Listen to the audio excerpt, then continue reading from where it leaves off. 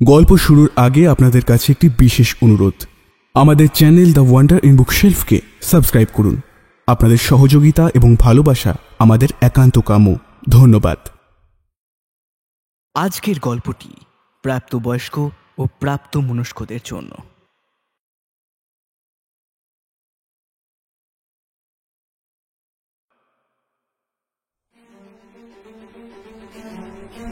হঠাৎ চমকে ওঠে অম্বিকা। এই তো সেই নকশা। অম্বিকা খুঁটিয়ে দেখতে থাকে নকশা। একটা কাগজ নিয়ে এঁকে নিতে থাকে আক্রমণের গতিপথ। রানীমা যদি কায়দারার কাছে আক্রমণ করেন তাহলে এরা ছত্রভঙ্গ হয়ে যাবে। এবার পালাতে হবে। কিন্তু সালি সালি বিশ্বাসঘাতক! নিয়াজের কথা শেষ হওয়ার আগেই অম্বিকার তীক্ষ্ণ ছুরিকা বিঁধে গেল নিয়াজের বুকে।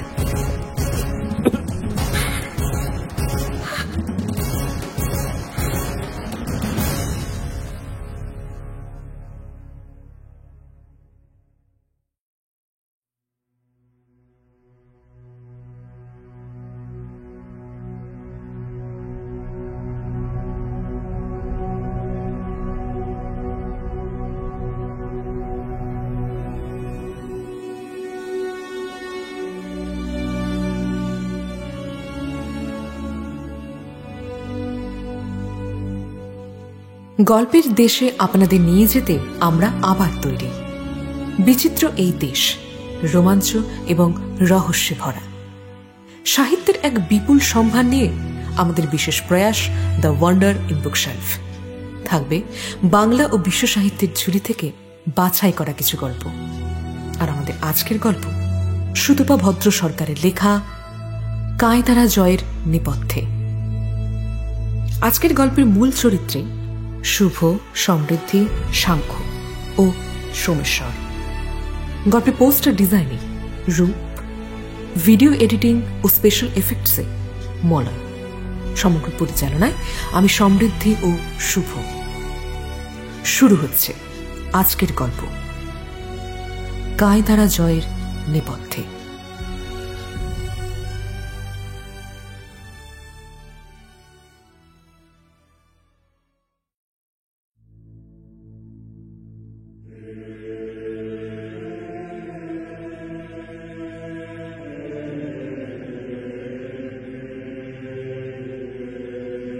মধ্যাহ্ন অতিক্রান্ত হয়েছে বেশ কয়েক ঘন্টা আগে, কিন্তু মাথার উপরে সূর্যের তেজ এতটুকু কমেনি।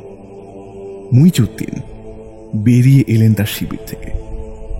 যত দূর চোখ যাচ্ছে শুধুমাত্র ধু ধু বালুকা রাশি। ভারতবর্ষের মুলতান ও উচ জয়ের পরই কি তার ফিরে যাওয়া উচিত ছিল সেই আফগানিস্তানে? তাহলে তো তার ভারত বিজয়ের স্বপ্ন অধরাই থেকে যেত এই তুর্কি শাসকের। কিন্তু তার সেনাবাহিনীর অনেকেই অসুস্থ হয়ে পড়েছে, আর সেই সঙ্গে ধীরে ধীরে ভাঙতে বসেছে তাদের মনোবল। ভগ্ন হৃদয়ের একদল সৈন্য নিয়ে তো যুদ্ধ জয় সম্ভব নয়। তাহলে কিন্তু কিভাবে মুইজউদ্দিন উদ্দীপিত করবেন তার সৈন্যদলকে? একটা চিন্তার রেখা দেখা যায় মুইজউদ্দিন মোহাম্মদ ঘুরির কপালে।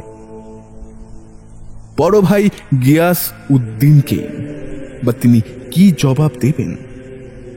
হিন্দুকুশের দুর্গম বন্ধুর গিরিপথ যে সৈন্যদল অবলীলায় পার করে যায়, যাদের ঘোড়ার খুরের আঘাতে শক্ত পাথুরে জমি আর্তনাদ করে ওঠে, তারা এই মরুভূমিতে এসে যুদ্ধে অবতীর্ণ হওয়ার আগেই পরাজয় স্বীকার করে নেবে, সেটা ভাবেননি মুইজউদ্দিন।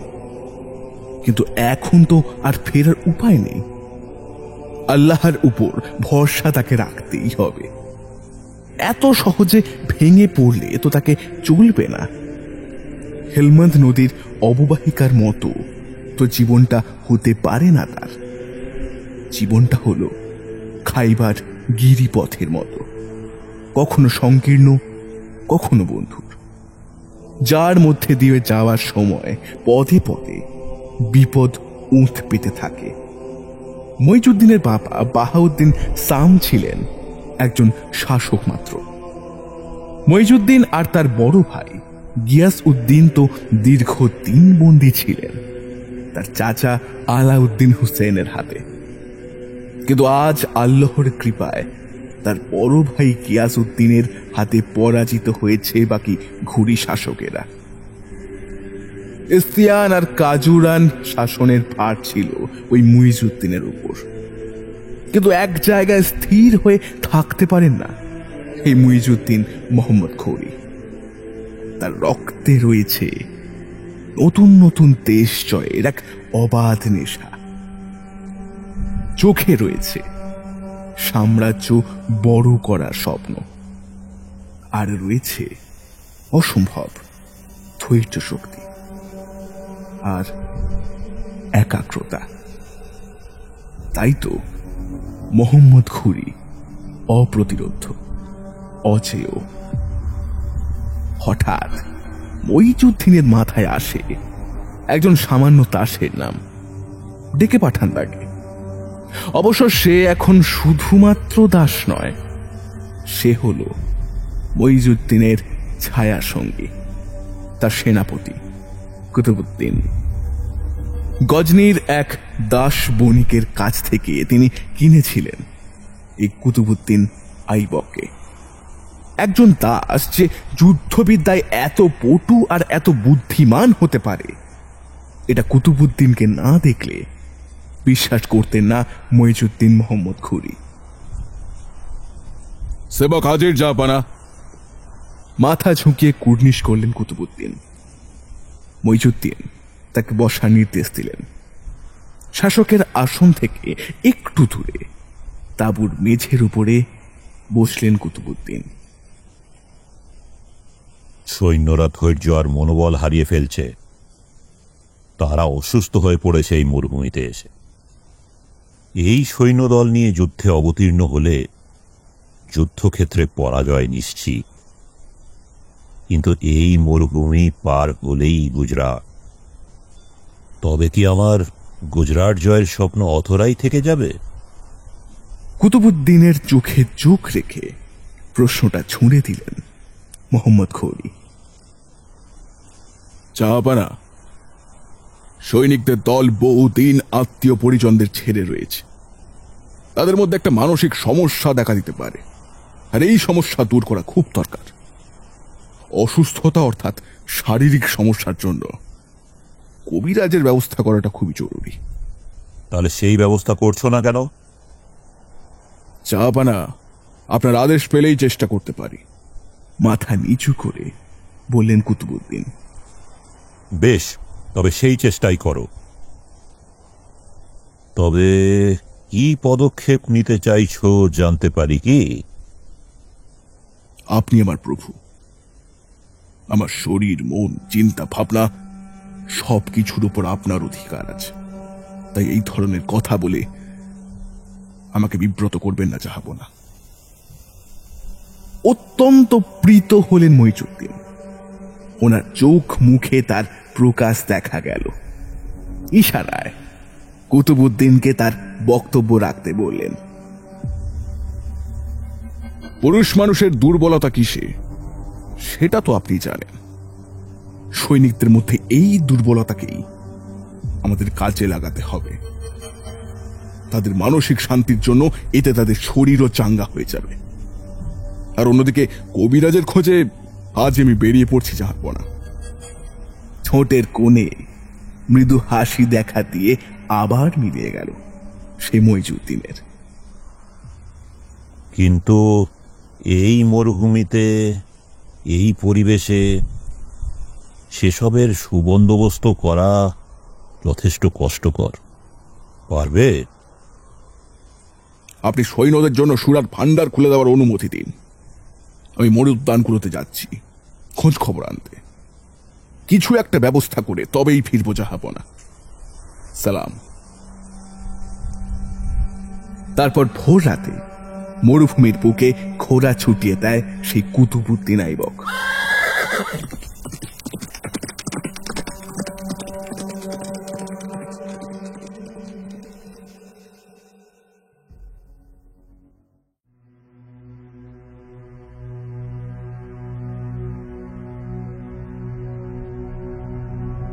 আলেকজান্ডারের সৈন্যদলে নাম লিখিয়েছিলেন নিয়াজের কোন পূর্বপুরুষ বহু যুগ আগে। খ্রিস্টের জন্মের আগে তিনি সেই সৈন্যদলের সঙ্গে ভারতে এসেছিলেন, কিন্তু আর ফিরে যাননি তার নিজের দেশ আফগানিস্তানে।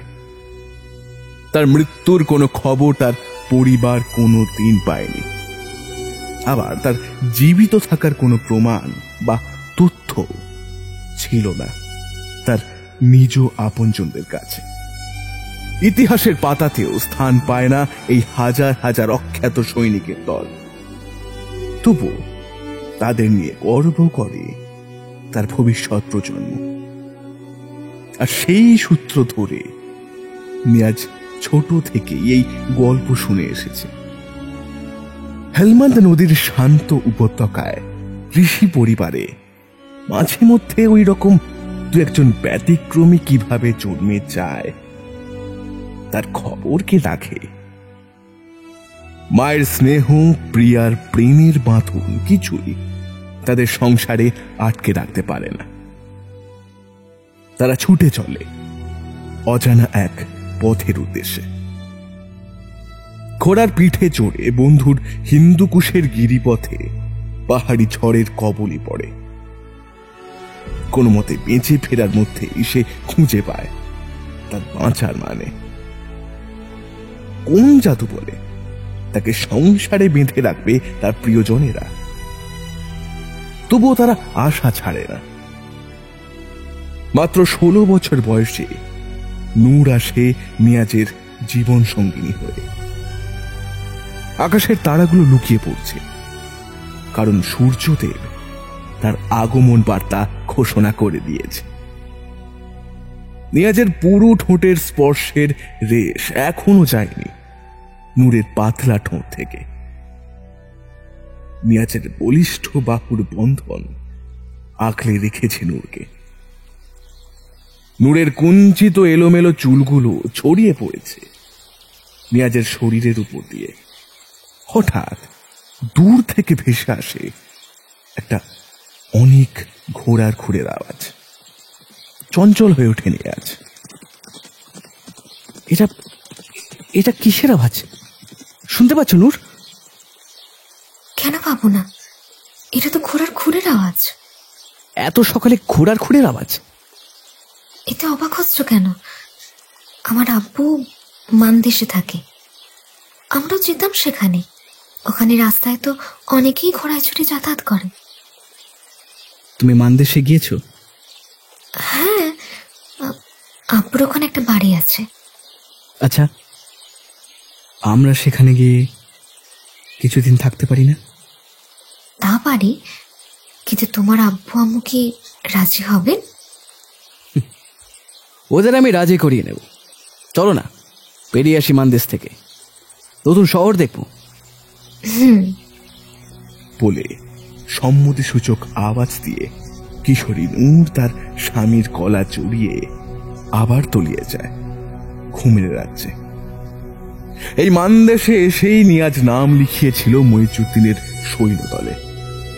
নূরের জল ভরা চোখটা আজ বড্ড মনে পড়ছে নিয়াজের। সে কি আদৌ আর কোনোদিন ফিরে যেতে পারবে তার নূরের কাছে? যে উদ্দীপনা, যে মনের জোর নিয়ে সে সৈন্যদলে নাম লিখিয়েছিল, সেই উদ্দীপনা আজ তলানিতে এসে ঠেকেছে। কিন্তু এখন তো ফেরার পথ বন্ধ। এই মরুভূমির বালিকা রাশির তলায় অথবা কোনো যুদ্ধক্ষেত্রে সে কি শায়িত থাকবে অন্য অনেক সৈনিকের মতো? ভাবতে ভাবতে কেঁপে ওঠে নিয়াজ।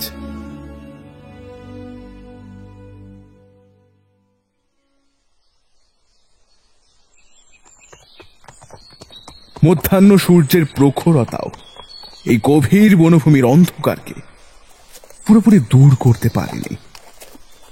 তবে মন্দির পৌঁছানোর রাস্তা একটা আছে, মানুষের পায়ে পায়ে যেটা জন্ম হয়েছে, আর ঘোড়ার খুরের আঘাতে সেই পথের চারা গাছগুলো আর মহির হয়ে ওঠার সুযোগ পায়নি।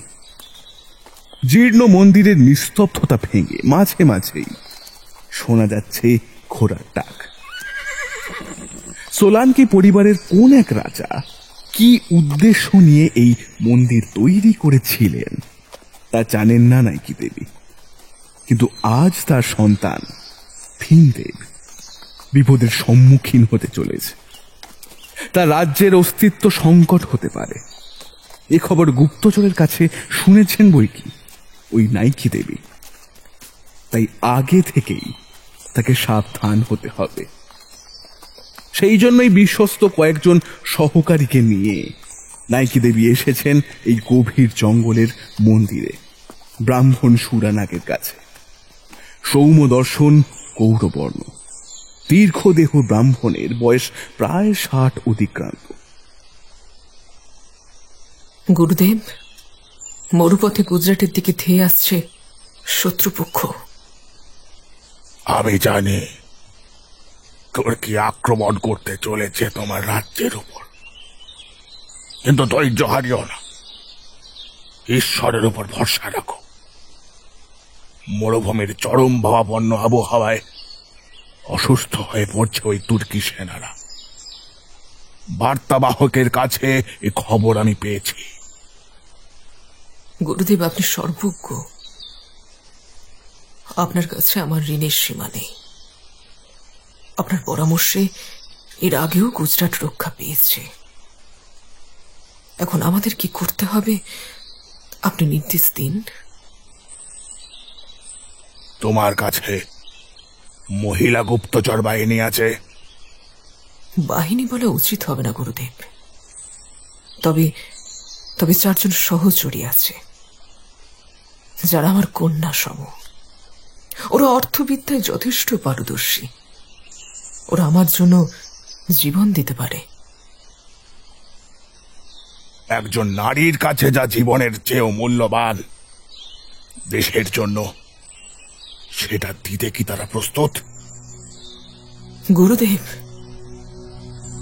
ওরা আমার কন্যা সম। এই অন্যায় অনুরোধ আমি ওদের কিভাবে করব? দেশমাকে রক্ষা করাও তোমাদের ধর্ম। যদি তুর্কি আক্রমণে ভীমদেব পরাজিত হয়, তাহলে তোমার রাজ্যের বহু মেয়ে অত্যাচারিত হবে ওই চবনের হাতে। তাদের রক্ষা করবে কি করে? কোনটা তোমার কাছে অধিক গুরুত্বপূর্ণ সেটার সিদ্ধান্ত নেবে তুমি। পরশু ওঠা সূর্যের আগেই তোমার সিদ্ধান্ত আমাকে জানিও। সময় বেশি নেই। আমার শিষ্য সন্ন্যাসী দেবমাল্য ছদ্মবেশে তুর্কিদের উপর নজর রেখেছে।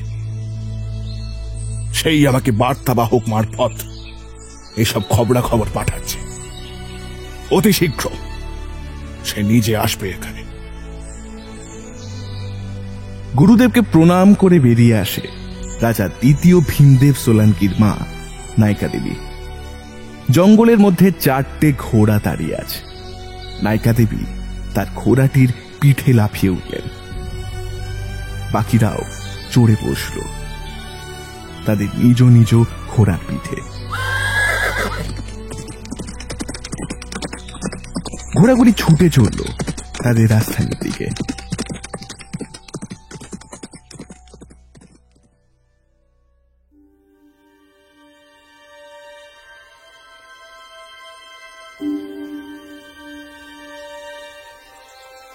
ইট পাথর দিয়ে তৈরি ছোট রাজপ্রাসাদ।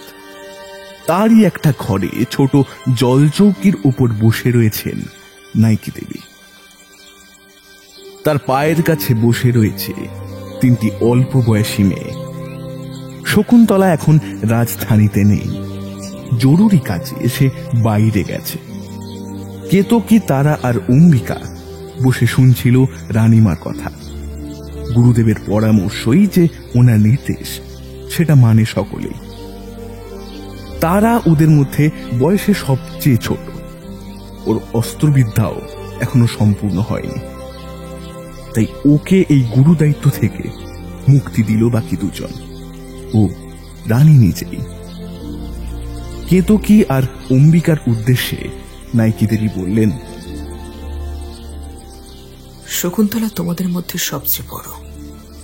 আমার ধারণা ওই ছিল সবচেয়ে উপযুক্ত। কিন্তু ও যখন নেই তখন আমি তোমাদের সাহায্য প্রার্থী। তবে আমি কাউকে এই কাজের জন্য জোর করতে পারি না, সেটা অধর্ম হবে। তবু নিজেদের নারীত্বের সম্মান বিসর্জন দিতে হবে জেনেও তোমরা যদি এই কাজে এগিয়ে আসো তবে আমি তোমাদের কাছে চিরকৃতজ্ঞ থাকব। আমাদের কাছে দেশমাকে রক্ষা করা আর আপনার সম্মান রক্ষা করাই সবচেয়ে বড় ধর্ম, বলল কেতকী। এছাড়া রানীমা, তুর্কিরা গুজরাট অতিক্রম করলে আমরা নিজেদের ধর্ম সম্মান কিছুই কি আর রক্ষা করতে পারবো? তার চেয়ে এই আত্মবলিদানে যদি আমাদের মৃত্যু ঘটে সেটাই আমাদের পরম প্রাপ্তি, বলে ওঠে অম্বিকা। রানী আবেগে বলে উঠলেন, তোমরাই আমার গর্ব, আমার শক্তি। সময় বেশি নেই। পরদিন সবাই প্রস্তুতি সেরে নিল।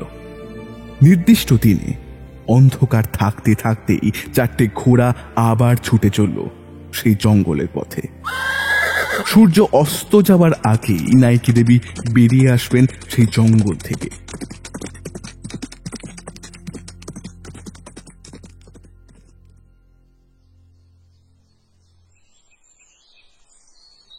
একটা কথা মনে রাখবে, তুর্কিরা কিন্তু ভালোবেসে আমাদের দেশ শাসন করতে আসছে না, তারা আসছে মূলত লুটপাট করতে। ফলস্বরূপ আমাদের দেশ আরো বেশি দরিদ্র হয়ে পড়বে, প্রজাদের অবস্থা হবে শোচনীয়, মেয়েদের ইজ্জত থাকবে না, চারিদিকে লুটপাট হাহাকার মাচবে। তাই এদের রক্ষা করার দায়িত্ব তোমরা কিন্তু নিজের কাঁধে তুলে নিচ্ছ। তোমরা কি প্রস্তুত? মন্দিরের চাতালে গুরুদেব সুরনাগ প্রশ্নটা ছুঁড়ে দিলেন কেতকী ও অম্বিকাকে উদ্দেশ্য করে। পাশে উপস্থিত ছিলেন তাদের রানীমা। আমরা প্রস্তুত। আপনি আমাদের নির্দেশ দিন গুরুদেব। একসাথে বলে ওঠে কেতকী ও অম্বিকা। বেশ, তোমরা গুজরাটের যোগ্য সন্তান, তোমাদের নিয়ে ভবিষ্যৎ প্রজন্ম গর্ববোধ করবে। তোমাদের তুর্কি শিবিরের দিকে নিয়ে যাবে আমার শিষ্য দেবমাল্য। ও সন্ন্যাসী, কিন্তু অস্ত্র চালনাতে অসম্ভবপর। দেবমাল্য ওখানে থাকবে প্রয়োজনুসারে। তোমাদের কোনো ছলে বলে কৌশলী হোক, শত্রুর দুর্বলতা, তাদের রণকৌশল, তাদের অস্ত্র ভাণ্ডারের খবর সবকিছুই জানতে হবে। তারপর সেই খবর দেবমাল্য পৌঁছে দেবে তোমাদের রানীমার কাছে। আর এদিকের কোনো নির্দেশ থাকলে সেটাও পালন করতে হবে তোমাদের। অবস্থা বুঝে ব্যবস্থা নেবে তোমরা। দুজনেই প্রণাম করে গুরুদেব সুরনাগকে। তিনি আশীর্বাদ করেন তাদের। বিজয় হও। নায়িকা দেবীর চোখ দুটো ভিজে ওঠে। তারাকে সঙ্গে করে সূর্যাস্তের আগেই তিনি জঙ্গল ত্যাগ করলেন। গুরুদেবের সঙ্গে গভীর জঙ্গলের মন্দিরে থেকে গেল কেতকী ও অম্বিকা। পরদিন ভোরবেলায় ওরা রওনা দেবে মরুভূমির উদ্দেশ্যে। দেবমাল্য এখন এখানে নেই, তার গতিবিধি সম্বন্ধে কোনো ধারণা নেই এই দুই যুবতীর।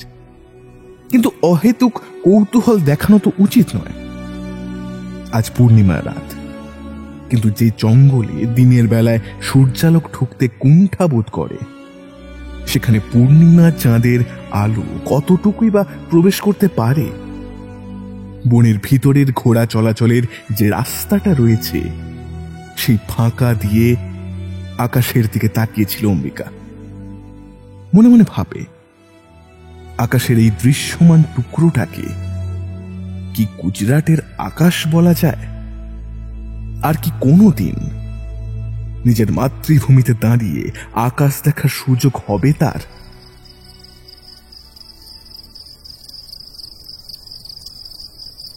কি ভাবছিস? পাশে এখন কেতকী এসে দাঁড়িয়েছে। টের পাইনি অম্বিকা। কই, কিছু না তো। ভেতরে চল, ভোর হতে বেশি বাকি নেই।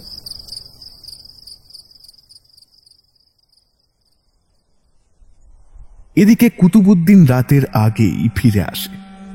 মইজুদ্দিনের সামনে সালাম ঠুকে বলে, চাপানা, যে কাজে গিয়েছিলাম সেটা সম্পন্ন হয়েছে।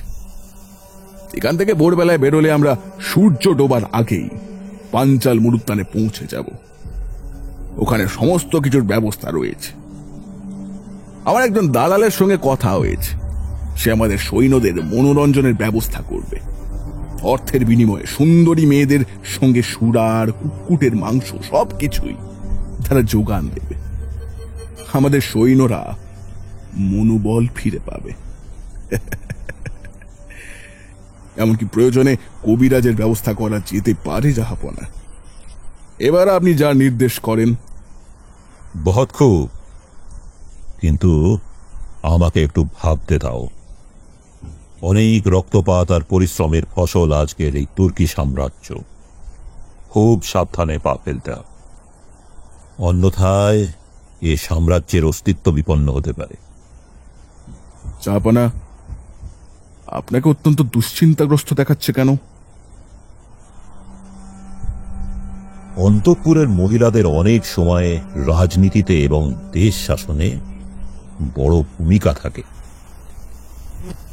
আমার বার্তাবাহক সংবাদ এনেছে, ভীমদেব সোলাঙ্কি নাকি নামেই রাজা, প্রকৃতপক্ষে রাজ্য শাসন করেন তার মা নাইকি দেবী। তিনি অত্যন্ত ক্ষুরধার বুদ্ধিমতী এবং বীরাঙ্গনা।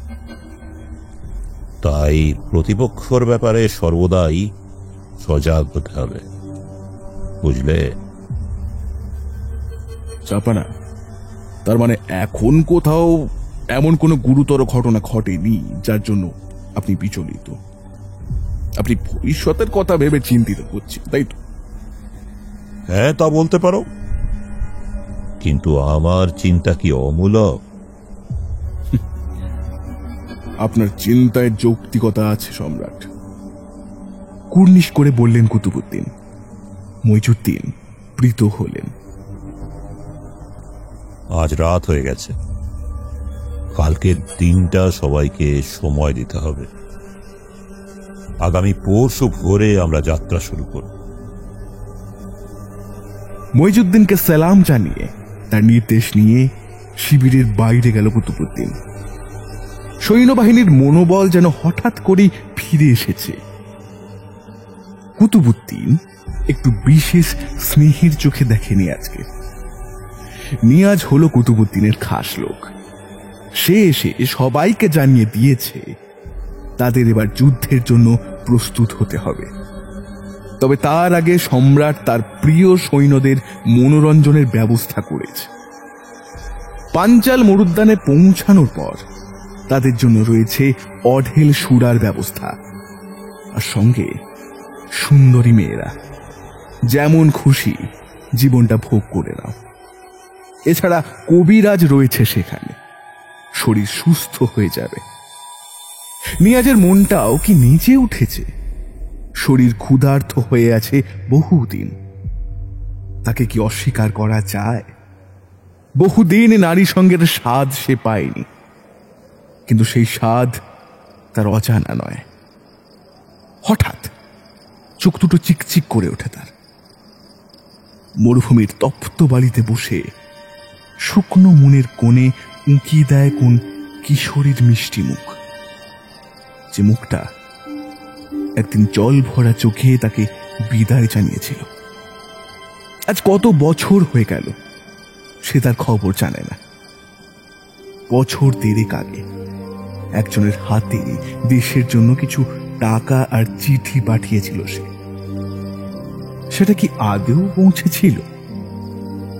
সে খবরটাও জানে না নিয়াজ। শরীরের চাহিদা মেটাতে সে কি নূরকে ঠকাবে? তার পূর্বপুরুষ যিনি ভারতে এসেছিলেন আলেকজান্ডারের সৈন্যবাহিনীর সঙ্গে, তিনি কি কোনো ভারতীয় নারীর সঙ্গে সম্ভোগ করেননি? ওনার তো আফগানিস্তানে স্ত্রী ও সন্তান ছিল। হঠাৎ নিয়াজের মনে হলো, এ জন্মে কি তার সন্তানের স্বাদ পূর্ণ হবে না? আজ চাঁদটা প্রায় গুণ, আগামীকাল পূর্ণিমা। এরকমই রাতে সে আর নূর হেলমন্দের তীরে বসে ভবিষ্যতের স্বপ্ন দেখত। তাদের সেই স্বপ্ন তো অধরাই থেকে গেল।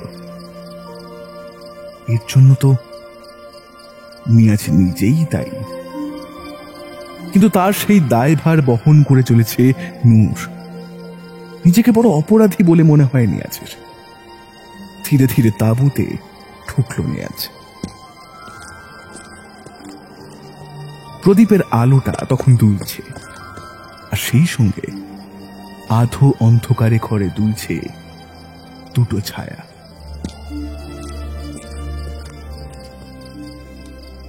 এই সামান্য আলোয় মানুষ দুজনের অবয়ব খুব একটা ভালো বোঝা যাচ্ছে না। কৌতূহল চেপে ঘরের সামনে দিয়ে আস্তে আস্তে হেঁটে চলে গেল কেতকী আর অম্বিকা। রাতও শেষ হয়ে আসছে, একটু শুয়ে নেওয়া দরকার।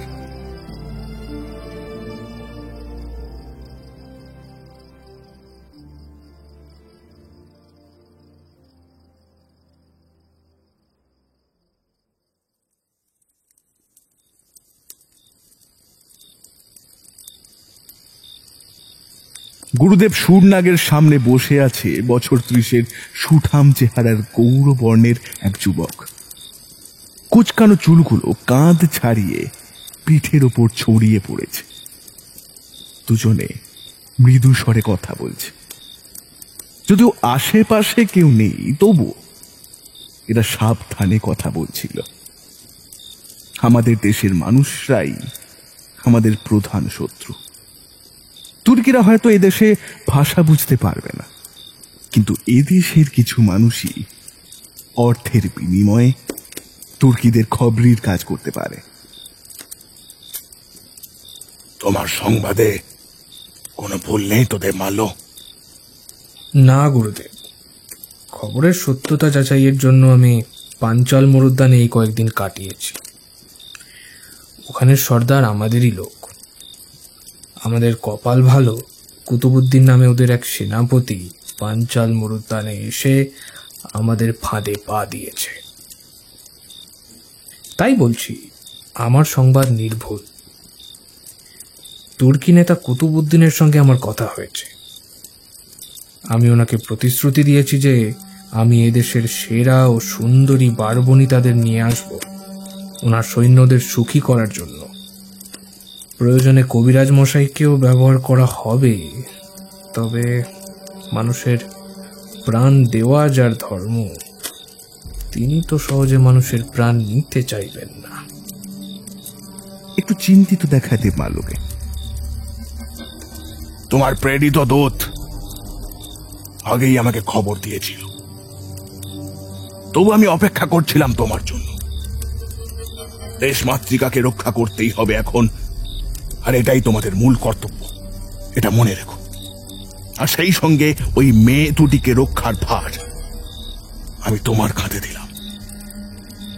বিজয়ী হয়ে ফিরে এসো পুত্র, বিজয়ী হয়ে। গুরুদেবকে প্রণাম করে উঠে পড়ল দেবমাল্য। পূব আকাশে হালকা লালের ছোঁয়া।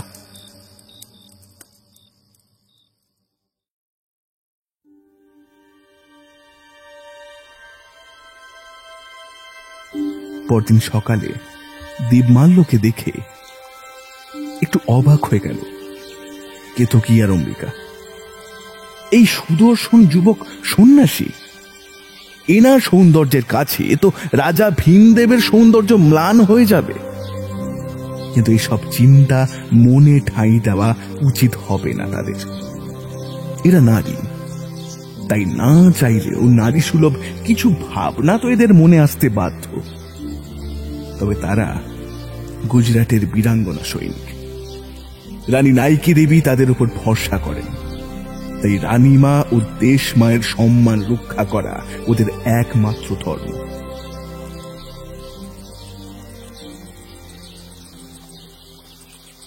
ওদের মারল, ওই তোমাদের নিয়ে যাবে পাঞ্চাল মরুদ্যানে। সেখানে রয়েছে তুর্কি শিবির। তোমরা দেবমাল্যর আদেশ মেনে চলার চেষ্টা করো, ওকে তোমরা ভরসা করতে পারো। কেতকী ও অম্বিকাকে উদ্দেশ্য করে বললেন সুরনাগ। গুরুদেব, আমরা দেশ রক্ষার কাজে ব্রতী। আমরা রানীমার নারী বাহিনীর কর্মী। সন্ন্যাসী দেবমাল্যর আদেশ অবশ্যই আমরা মেনে চলব, কিন্তু ওনার কোনো নির্দেশ যদি আমাদের দেশ রক্ষার কাজে অন্তরায় হয়ে দাঁড়ায়, সেক্ষেত্রে হয়তো আমরা নিজেরা সিদ্ধান্ত নিতে বাধ্য হব। আস্তে কিন্তু দৃঢ়তার সাথে বলল কেতকী।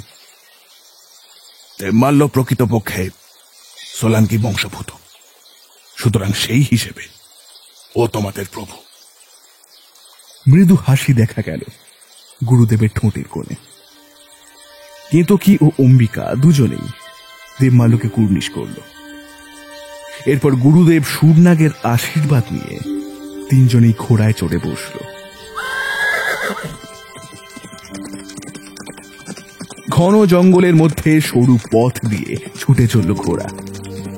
ঘোড়ার খুরের আওয়াজ যেন জঙ্গলের নিস্তব্ধতা আরো বাড়িয়ে দিচ্ছে। এক সময় বনপথ শেষ হল, শুরু হলো ছোট ছোট জনপদ। ভূমি রুক্ষ থেকে আরো রুক্ষতর হচ্ছিল। মরুভূমি শুরু হবে ঠিক এরপর। কেতকী ও অম্বিকার ঘোড়া দুটোকে স্থানীয় একজনের বাড়িতে রাখল দেবমাল্য। তার ঘোড়াটা সঙ্গেই থাকলো।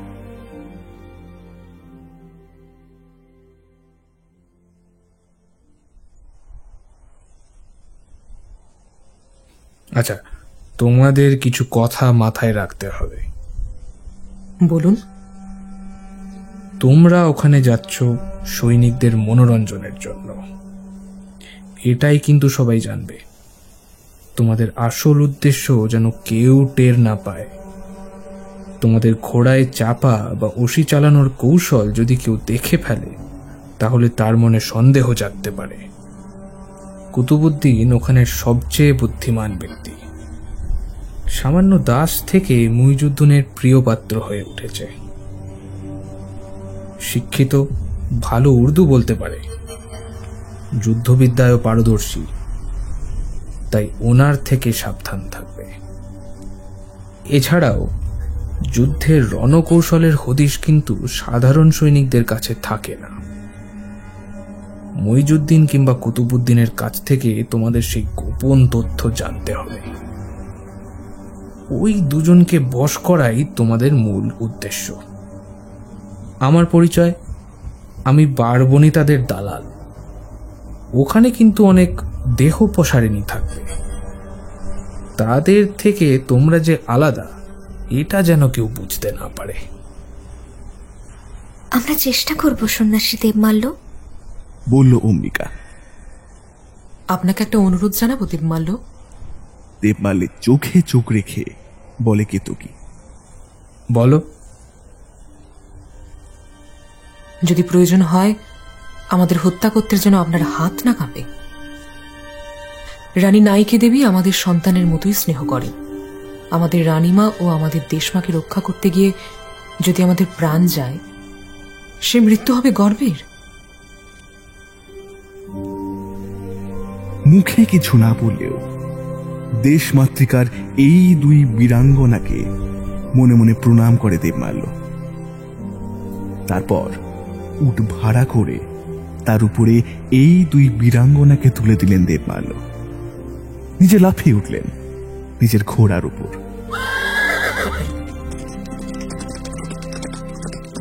এবারের গন্তব্যস্থল থর মরুভূমির পাঞ্চাল মরুদ্যান।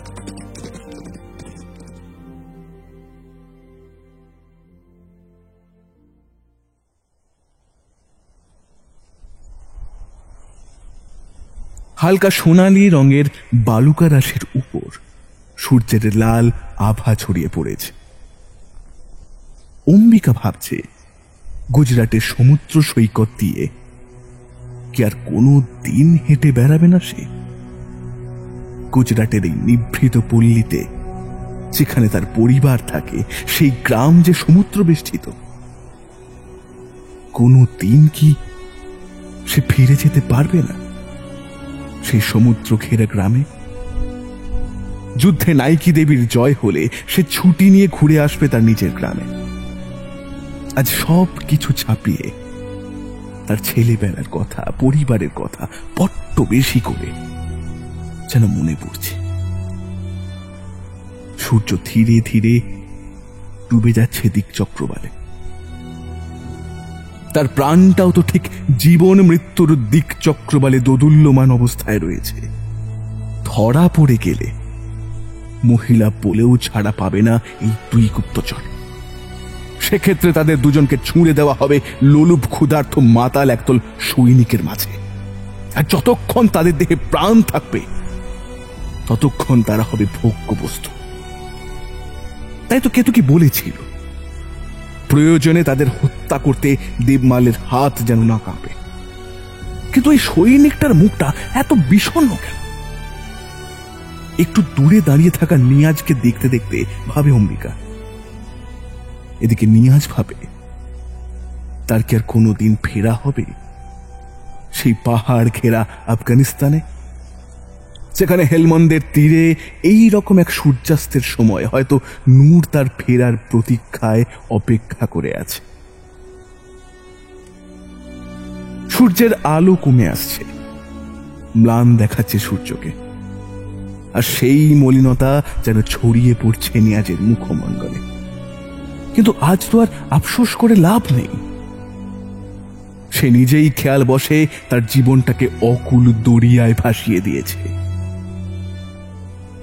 অম্বিকার দিকে তাকিয়ে ভাবে নিয়াজ, ওই যে গণিকা মেয়েটি দাঁড়িয়ে রয়েছে, ও যেন ঠিক অন্য গণিকাদের মতো নয়। ও কি বাধ্য হয়ে এই গণিকা বৃত্তি করছে? কে জানে। তবে মেয়েটাকে দেখলে কথা বলতে ইচ্ছে হয় নিয়াজের। মনে হয় এই মেয়েটি ভোগের বস্তু নয়, ভালোবাসার বস্তু। কিন্তু এ তো গণিকা, পুরুষদের শারীরিকভাবে তৃপ্ত করতে এরা সিদ্ধহস্ত। তাহলে এত বিষণ্ণতা কেন ছড়িয়ে ওই মেয়েটার মুখমণ্ডলে? এই মরুত্থানে প্রায় জনা কুড়ি বারবনি তাকে নিয়ে আসা হয়েছে। এরা কেউ এসেছে দিল্লি থেকে, আবার কেউ সুদূর কোনো বন্দর থেকে। রাজধানী আর বিভিন্ন বন্দর হলো গণিকা বৃত্তির পীঠস্থান। এরা আয়নার সামনে নগ্ন হয়ে শরীরে চন্দন লেপন করে। কিন্তু কেতকী আর অম্বিকার কাছে এটা বড়ই কষ্টকর কার্য। অম্বিকা বয়সে ছোট, ও নিজেকে এই পরিস্থিতির সঙ্গে মানিয়ে নিতে খুব কষ্ট হচ্ছিল। তবু আজকে ওকে সাজতেই হবে। কুতুবুদ্দিনের খাস লোক নিয়াজের ওকে মনে ধরেছে। এই সুযোগ তো আর হাতছাড়া করা যায় না। সময় মতো অম্বিকার তাঁবুতে চলে এলো নিয়াজ। আজ অম্বিকাকে সাজিয়ে দিয়েছে এক গণিকা। অপরূপ সৌন্দর্য যেন ঝরে পড়ছে অম্বিকার মুখমণ্ডল থেকে। ওর শরীরের সুবাস যেন মাতাল করে দিচ্ছে নিয়াজকে। নূরের পর আর কোনো নারীর শরীর স্পর্শ করেনি নিয়াজ, ইচ্ছেও হয়নি কোনোদিন। কিন্তু পরন্ত সূর্যের আলোয় অম্বিকার দিকে তাকিয়ে নিয়াজের মনে এক অদ্ভুত ভালোবাসা জন্ম নিয়েছিল। এই ব্যাপারে নিজেকে অনেকবার প্রশ্ন করেছে নিয়াজ, কিন্তু কোনো উত্তর পায়নি। অবশেষে কুতুবুদ্দিনের কাছে নিজের ইচ্ছা ব্যক্ত করে নিয়াজ। কুতুবুদ্দিন অত্যন্ত আনন্দিত হয়। যে নেশা সে ধরিয়ে দিয়েছে সৈন্যদের মধ্যে, তারা ভুলেও এক মুহূর্তে দেশে ফেরার কথা চিন্তা করবে না। তাদের মধ্যে বিদ্রোহের আগুন যদিও বা সামান্য পরিমাণে প্রজ্বলিত হওয়ার সম্ভাবনা দেখা দিয়েছিল, তাতে জল ঢেলে দিয়েছে এই কুতুবুদ্দিন। এই গণিকা বীর সৈনিককে স্বাগত জানাচ্ছে। হাত জোর করে বলল অম্বিকা। এতদিন পর এত কাছ থেকে প্রায় উন্মোচিত নারী শরীর দেখে যেন নিজেকে ধরে রাখতে পারছিল না নিয়াজ। ওভাবে আমার দিকে তাকিয়ে তুমি কি দেখছো সৈনিক? নিয়াজ কোনো কথা না বলে অম্বিকাকে টেনে নিল নিজের কাছে। ওষ্ঠ আর অথরে স্পর্শ ঘটল, মিলিত হলো দুটি নরনারীর শরীর।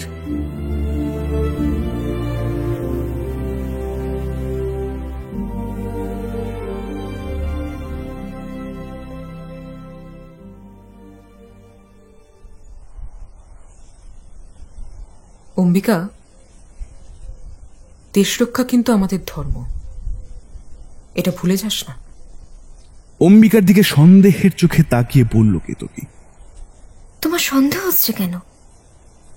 আমি আমার ধর্ম কি ভুলে গেছি? জানতে চায় অম্বিকা। অম্বিকা, আমার মনে হয় তুই নিয়াজকে ভালোবেসে ফেলছিস। নিয়াজও তোকে ভালোবাসে, তাই অন্য কোনো মেয়ের শরীর ছুঁয়েও দেখতে চায় না। তুই ভাগ্যবতী, তাই তুই রোজ রাতে একজন পুরুষের সঙ্গে থাকিস। কিন্তু তুর্কিরা গুজরাট জয় করে নিলে আমাদের দেশের মেয়েদের কিন্তু এই সৌভাগ্য হবে না। তাই আমরা যারা দেশের জন্য বলি প্রদত্ত, তারাই রক্ষা করব বাকিদের। মৃদু হাসি দেখা যায় অম্বিকার ঠোঁটের কোণে। মেয়েরা কখনো বলি প্রদত্ত নয়, এরা ভোগ্য পণ্য, এরা বিক্রির সামগ্রী। এদের নিয়ে জুয়া খেলে মনুষ্য সমাজ। বলি দেওয়া হয় ঈশ্বরকে তুষ্ট করার উদ্দেশ্যে। আমাদের তো ঈশ্বরের কাছে পাঠাননি রানীমা। রানীমা আমাদের পাঠিয়েছেন একদল কামুকের কাছে। আমরা তো ভোগ্য পণ্য। আমাদের নিয়ে জুয়া খেলা হয়েছে। আমার বাবা আমাকে রানীমার কাছে দিয়ে গিয়েছিল, তখন আমি অনেক ছোট। সমুদ্র ঘেরা গ্রামে ছিল আমার বাড়ি, কিন্তু সে বাড়িতে আমার স্থান হলো না। আমার বাবা আমাকে নিয়ে জুয়ো খেলে গ্রামে প্রধান হয়ে বসলেন। আমরা নাকি রানীমার সন্তান। নিজের কন্যাদের উনি পাঠিয়েছেন তুর্কিদের কাছে ভোগ্য পণ্য করে। তোর কি হয়েছে অম্বিকা? কেতকী অম্বিকাকে ধরে নাড়িয়ে দেয়। অনেক অজানা তথ্য জেনে শিউরে উঠেছি। শাসকরা অনেক সময় ভালো ঘোড়া কেনার জন্য হারেমের মেয়েদের বেচে দেয় ব্যবসায়ীদের কাছে। 50টা মেয়ের বদলে 10টা ভালো ঘোড়া কিনে নেয় তারা। ভাবতে পারছ মেয়েদের মূল্য ঘোড়ার চেয়ে কতটা কম? অনেক সময় মেয়েদের শরীরে আগুনের ছ্যাঁকা দেয় পুরুষেরা। কেতকী বুঝতে পারে অম্বিকার মধ্যের পরিবর্তনটা, কিন্তু এটাকে যেভাবেই হোক অঙ্কুরই বিনাশ করতে হবে। আস্তে আস্তে নিজের শরীর থেকে পোশাক খুলল কেতকী। শরীরের ক্ষত চিহ্ন দেখাল অম্বিকাকে। সেখানে আঁচড়ের কামড়ের দাগ স্পষ্ট। কাপড়ের তলায় থাকা একটা জায়গা তক তক করছে। শিউরে ওঠে অম্বিকা। এটাই আফগান পুরুষদের ভালোবাসার চিহ্ন, বুঝলি? তাই তোকে বলছি, যদি নিয়াজের নেশা কেটে যায় তোর দশাও আমার মতোই হবে। মেয়েদের যন্ত্রণা দিয়ে এরা আনন্দ পায়। এটা ঠিক আর 7 দিন পর তাঁবু তুলে নেবে। তার আগেই আমাদের সব তথ্য রানীমাকে পাঠাতে হবে। রক্ষা করতে হবে আমাদের দেশের মেয়েদের। আর কোনো কেতকীকে যেন এই অত্যাচার সহ্য করতে না হয়। কোন পথে এরা আক্রমণ করবে সেটাই জানতে হবে। এদের কি সংখ্যক সেনাবাহিনী আছে, কতগুলো ঘোড়া আছে, এগুলো আমি জেনে নিয়েছি। তুই এদের ভবিষ্যৎ পরিকল্পনা জানতে চেষ্টা কর। তারপর যদি দুটো গণিকা পালিয়েও যায়, এটা খুব বেশি মাথা ঘামাবে না। কিন্তু কিন্তু গণিকা যদি তথ্য চুরি করে পালিয়ে যায়, তাহলে কিন্তু সর্বনাশ। সেক্ষেত্রে এটা রণনীতি পরিবর্তন করে নেবে।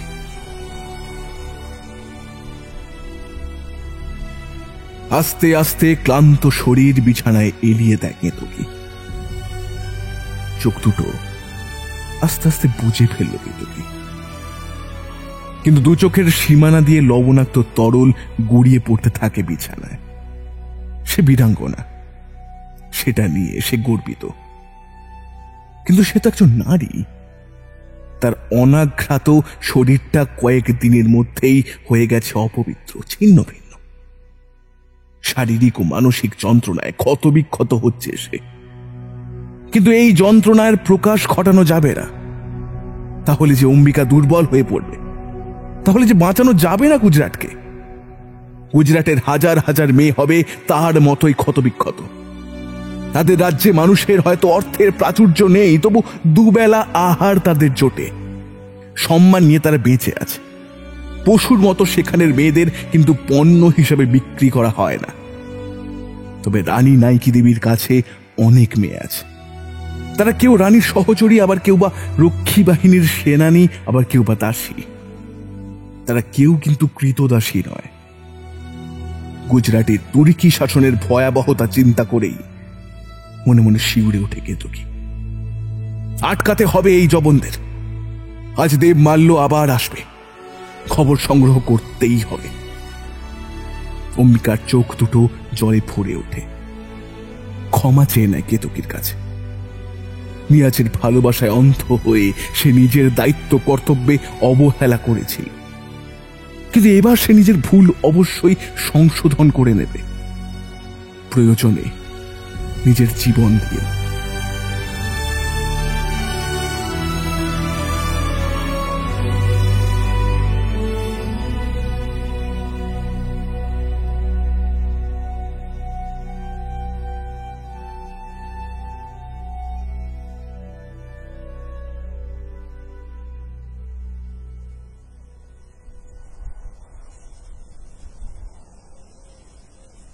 কাল সেনাপতি থাকবেন না, আমাকে নবাবের সঙ্গে থাকতে হবে। নিয়াজ বলে অম্বিকাকে। কেন? ওনার ঘুরে বেড়ানোর শখ হয়েছে, উনি ঘুরে বেড়াতেই পারেন, কিন্তু তুমি তার দায়িত্ব নেবে কেন? অভিমান ভরা সুরে বলে অম্বিকা। আরে উনি যাচ্ছেন গুজরাটের খবর আনতে। এবার নবাব মইজুদ্দিন গুজরাট আক্রমণ করবেন। আর আমার কি হবে? ভয়ার্ত স্বরে বলে অম্বিকা। আমি সেনাপতি কুতুবুদ্দিনের অনুমতি নিয়ে তোমাকে দালালের কাছ থেকে কিনে নেব, তুমি মুক্ত হবে। তবে তোমাকে কাছে রাখতে পারবো না। যুদ্ধ শেষে বেঁচে থাকলে দেখা হবে আমাদের। কিন্তু যাযাবরের জীবন সৈনিকের। যুদ্ধর আগে তোমার মতো উপপত্নী পেলাম, কিন্তু তোমাকে নিকাহ করে কাছে রাখার আমাদের নিয়ম নেই। উদাস ভাবে বলে নিয়াজ। আমি মুক্তি চাই না, তোমার কাছে থাকতে চাই। সেটা সম্ভব হলে আমার চেয়ে খুশি কেউ হতো না, কিন্তু সেটা এই পরিস্থিতিতে খুবই অসম্ভব। নিয়াজের গলাটা বড্ড করুণ শোনায়। কিন্তু কিন্তু আজ আমি তোমার সঙ্গে সঙ্গে থাকবো, তোমাকে সাহায্য করব। আধো আধো গলায় বলে অম্বিকা। বেশ, তাই হবে। সূর্যের আলো সোনালি বালির ওপর পড়েছে। তাঁবুর মাথায় উঠছে তুর্কিদের পতাকা। তাঁবুটা বেশ সাজানো গোছানো। আস্তে আস্তে তাঁবুতে ঢোকে অম্বিকা। এই তাঁবু তুর্কি সেনাপতি কুতুবুদ্দিনের, আর এই তাঁবুতে প্রবেশাধিকার সবার নেই। তবুও নিয়াজ নিজের দায়িত্ব নিয়ে অম্বিকাকে এই তাঁবুতে নিয়ে এসেছে। সেই সঙ্গে সাবধান করে দিয়েছে কাগজপত্র যেন এদিক ওদিক না হয়। একজন গণিকাকে এই ব্যাপারে অবিশ্বাস করার মতো কিচ্ছু নেই, তাই কেউ কিছু একটা মাথা ঘামায়নি। ঘোড়াকে ছোলা জল খাওয়াতে হবে।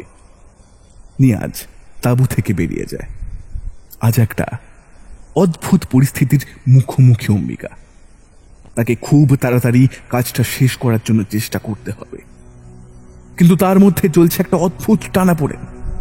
দেশ রক্ষার তাগিদে, ধর্ম রক্ষার তাগিদে সে যেটা করতে চলেছে সেটা তো অধর্মের নামান্তর। যে মানুষটা তাকে বিশ্বাস করে গণিকা জেনেও তাকে স্ত্রীর সম্মান দিতে চায়, তাকে সুখী জীবন দিতে চায়, তার সঙ্গে প্রতারণা করছে অম্বিকা। এটা কি একজন হিন্দু নারীর ধর্ম? আর এটা যদি ধর্ম হয় তবে তো ধর্ম কলুষিত। এটা যদি ধর্ম হয় তবে অধর্মের পূজারী হবে সমাদৃত।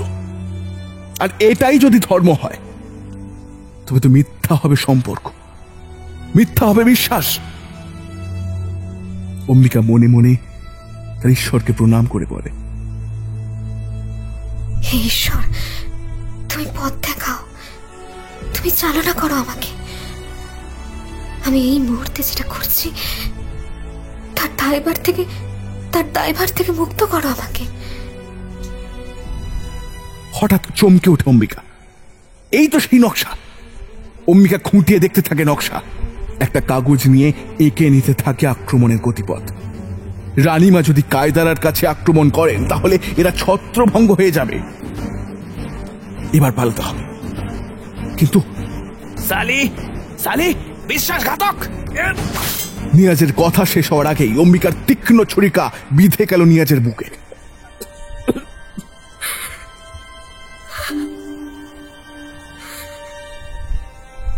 নিয়াজের মুখ দিয়ে কোনো আওয়াজ বেরোলো না। নিয়াজের শরীরটা টেনে নিয়ে তাঁবুতে একটু আড়ালে রাখলো অম্বিকা। তারপর নিয়াজের মাথাটা নিজের কোলে তুলে নিল অম্বিকা। কথা বলো নিয়াজ, চোখ মেলে তাকাও নিয়াজ। আমি বিশ্বাসঘাতক নই নিয়াজ, বিশ্বাস করো নিয়াজ, আমি বিশ্বাসঘাতক নই। সেটা আমি প্রমাণ করে দেব। আমি যেমন তোমার প্রতি দায়বদ্ধ,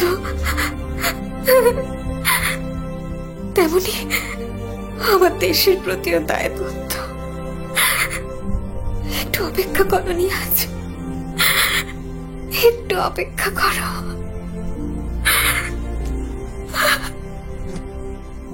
শেষবারের জন্য চোখ মেলে তাকালো নিয়াজ, চড়ানো গলায় বলল,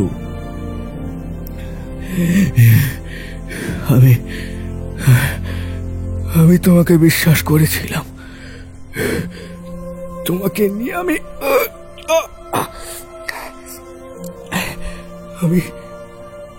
ঘর ভাঙার স্বপ্ন দেখেছিলাম, ভুল করেছিলাম।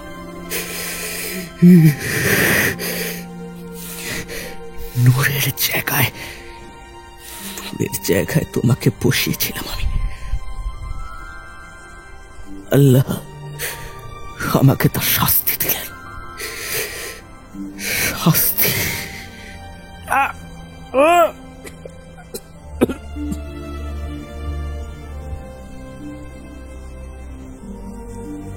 নিয়াজ চিরদিনের মতো বিদায় নিল পৃথিবী থেকে।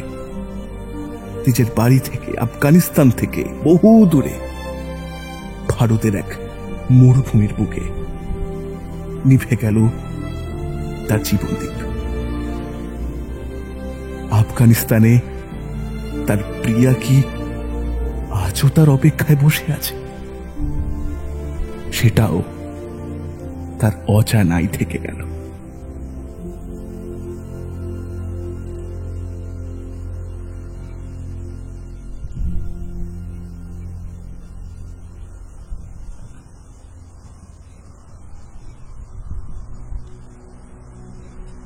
অম্বিকা সমস্ত দরকারি কাগজপত্র গুছিয়ে নেই, তারপর মুখটা ঢেকে নিল ওড়নার আড়ালে। দ্রুত পায়ে খেয়ে ঢুকলো কেতকীর ঘরে। কায়দারাতে ফাঁদ পেতে জব্দ করতে হবে এই তুর্কি বাহিনীকে। তুমি তো অনেক তথ্য সংগ্রহ করেছ, যে পথে সৈন্যদল যাবে, আরতের যুদ্ধের রণকৌশল, সবকিছু তথ্য রয়েছে এখানে।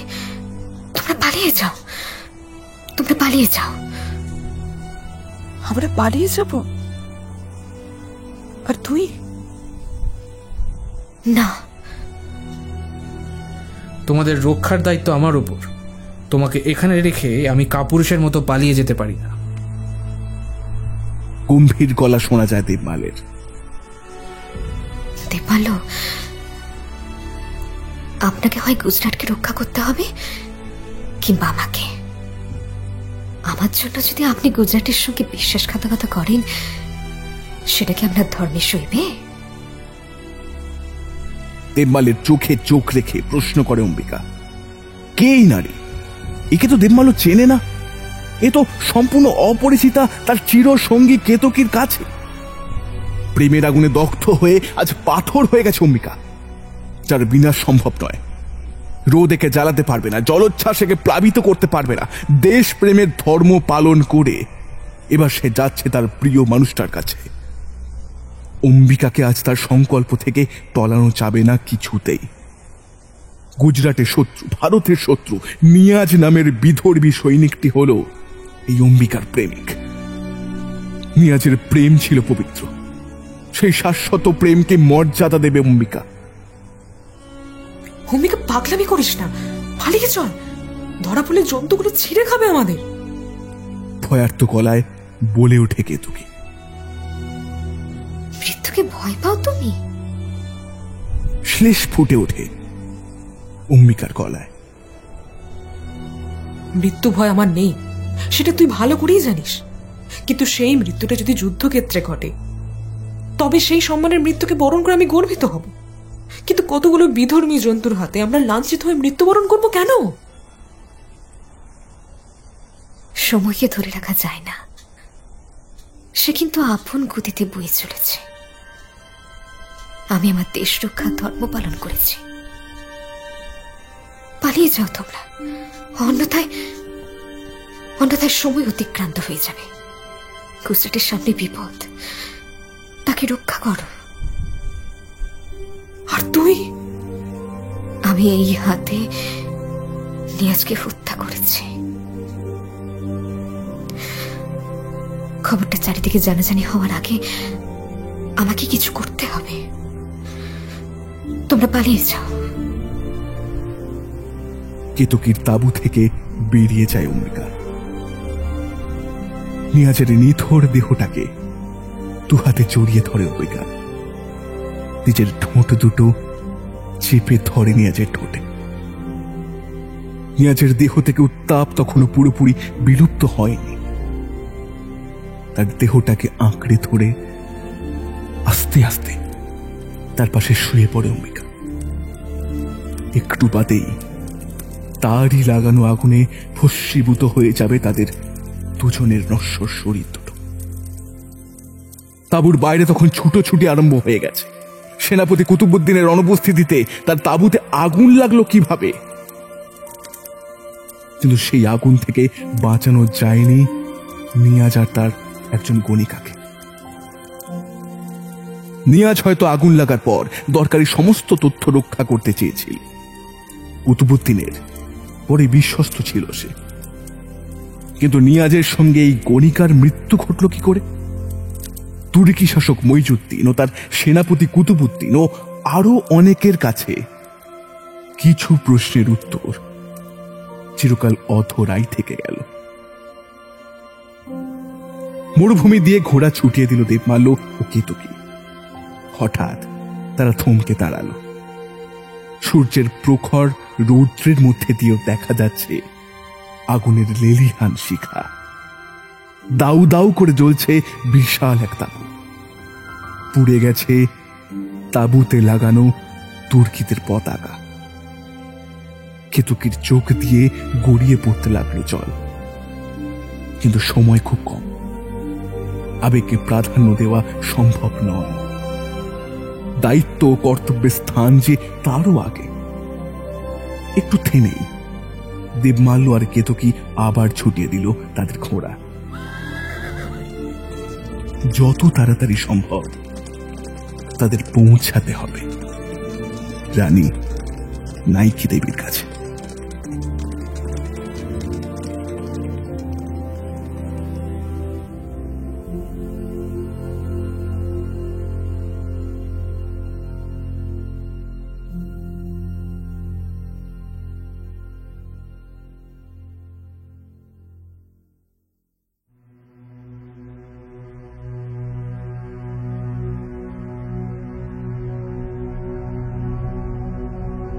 মইজুদ্দিন মোহাম্মদ ঘুরিকে পরাজিত করেছিলেন গুজরাটের রাজা ভীমদেবের মা নাইকি দেবী কায়দানার যুদ্ধে।